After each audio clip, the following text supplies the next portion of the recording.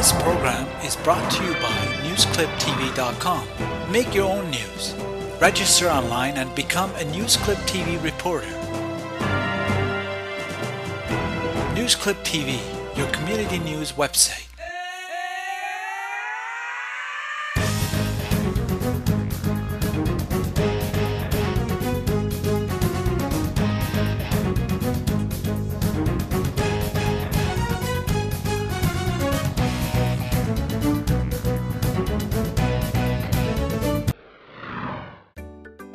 Welcome to Persistence Pays TV. I'm your host, Lori Rownask. On today's show, we have Stephanie McLarty, who's on the cover of Hamilton and Halton Biz Magazine. She is the owner of REfficient Inc., which is an eco company. So welcome to the show, Stephanie. Thank you. It's great to have you here, and I'm really excited to talk to you about your vision and your dream with your business. And I came to your open house on the weekend. I saw in the paper that you were having an open house, and I wanted to come down firsthand and see exactly what you do. So thanks for taking me around and showing me what you're up to. Well, we were glad to have you. So tell me, what is your business all about?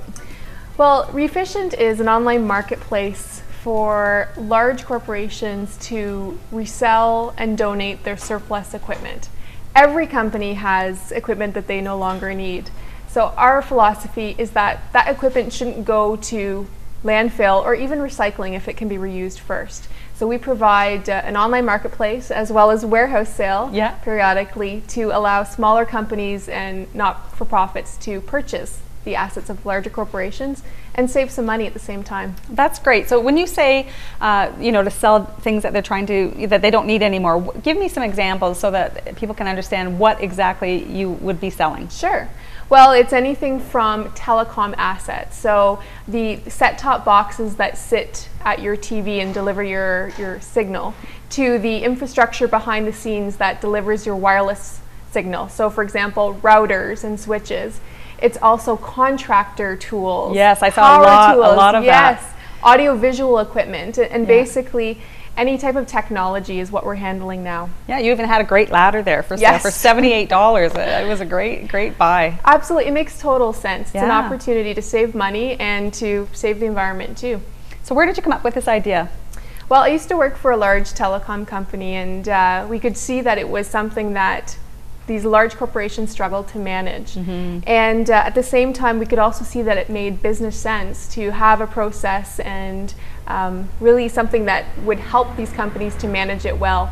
So I started another business prior to this in the same type of area, but a different business model. And I could see that it was something that really could work, but really in a new direction. And so I launched REfficient last year as a result. Okay, great. Now, going from being an employee to a business owner, can you tell me how you have to be persistent in that whole transition? To be a business owner, and kudos to all the small business owners that are watching this, but it takes a lot of perseverance and a lot of going day to day, working away at a big goal, and really doing so with a lot of risk. Because there isn't someone at the end of the day giving you a paycheck. That's right. You have to go out every day and earn it. And so with that, you have a lot of opportunity usually, but also a lot of challenges that you have to overcome. So tell me, what are some of the challenges that you've had to overcome? And how do you change your mindset to overcome them? Well, that's not let them take you out. Absolutely. So that raises a great point. So one of our biggest challenges has been to really educate people. If you are looking to purchase equipment, check our online marketplace first. See what others have and no longer need, and see if you can purchase it. So changing that mindset is certainly a big challenge for us. Also, just getting the word out, period. Yes. So making people aware of what you do, and there's a lot of great companies out there, a lot of great stories in the media, but how do you get noticed? Yes. So that's been a big piece as well. Well, this is an awesome, being in business for a year and ending up on the cover, so tell me, how did you do that? Well, that was partly by... You look great, by the way. Oh, well, thanks. That was partly by chance. So they contacted me because we are a member of the Chamber of Commerce here in Hamilton, and they wanted to do a story on recycling. And so this whole 3 R's, reduce, reuse, recycle, is essentially what we do for companies. And so they interviewed me for that, and then scheduled a photo shoot. But you know, it was one of those times in my life where I sat back and thought, it would really help us to be on the cover of that magazine, and I could leave it up to chance, or I could ask for what I want and simply put it out there. Yeah. So I did. I emailed the editor and asked if they were looking for a cover story, please consider us. That's and great. we're on the cover of the magazine. Do you know, a lot of people are afraid to ask for what they want, and that is my biggest thing. I've taught people to get into business for, you know, since 1988, and the biggest thing is ask, because what's the worst thing that can happen? Absolutely. They say no, and then you go, okay, and it's not personally no, it's just no, and no might not be forever, it might just be not for right now. Absolutely. I know for me, one of the biggest things that I struggled with was no. No is not something for me personally, as you've just identified. Yes. It's just no to whatever that opportunity is. And so the more that I've been able to segregate taking things personally and just going after for what I want, and failure and no is all a part of it. Look at batting averages, for example. Oh, absolutely. You know, what, 30% of the time, that's a great batting average, but 70% of the time, you're not making the hit. This is going to sound totally crazy, but I used to have a contest, well, I still do have a contest with myself to see how many no's I can get in a week.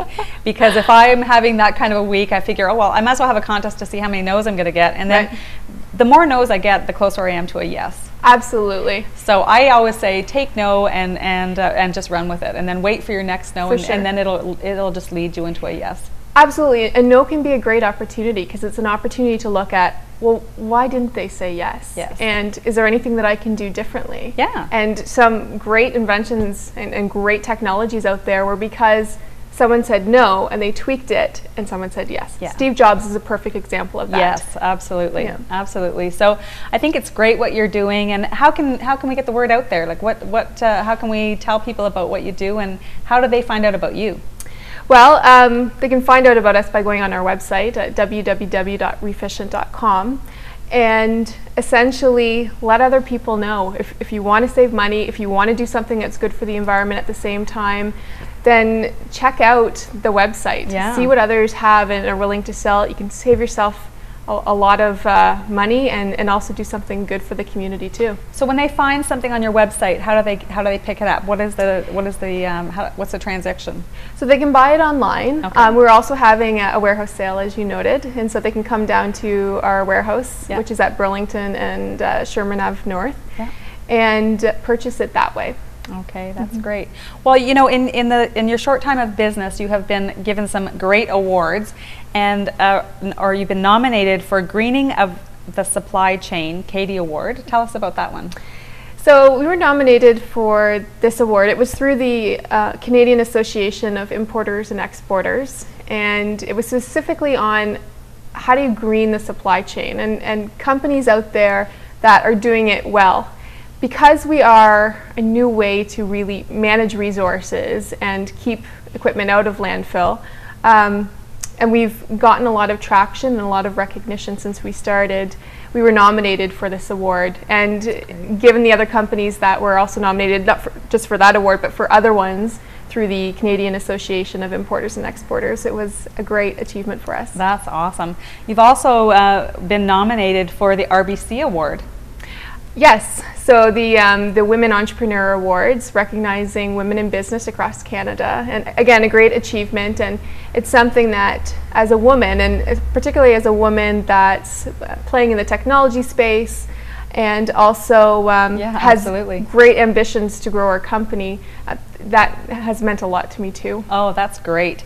And the other one is DAF places REfficient Inc. amongst the leaders in the clean tech sector. Yes, so the Department of Foreign Affairs held a competition actually called the Technology Growth Initiative. Here's a perfect example of how I signed up for something not really knowing what I signed up for. Don't you love when that happens? Yes. Once I realized what it was, I persevered and persisted, and it's led us to great things. Great. So it was a series of 6 webinars on how to do business internationally. And it was also an opportunity to pitch and present. And at the time, I didn't really realize fully what that would mean, but I thought, well, it's great exposure for us as well as a great opportunity for me to get practice pitching.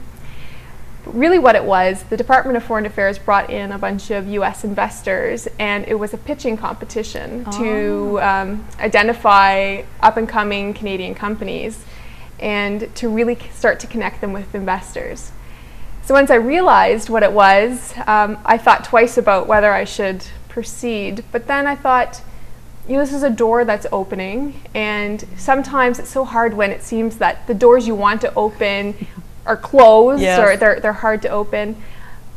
I should give this a shot. And so I went in there and I practiced and I pitched, and we ended up being one of the top companies in the environmental space. That's which has meant we've been connected to investors and had the opportunity to speak at conferences, and so it's been a wonderful opportunity. Very good. Well, congratulations on your desire, on your dream, on your vision to really make us an eco-friendly community and country, really. Well, thank you. And I wish you all the success in your business. Thank you. Thank you, Lori.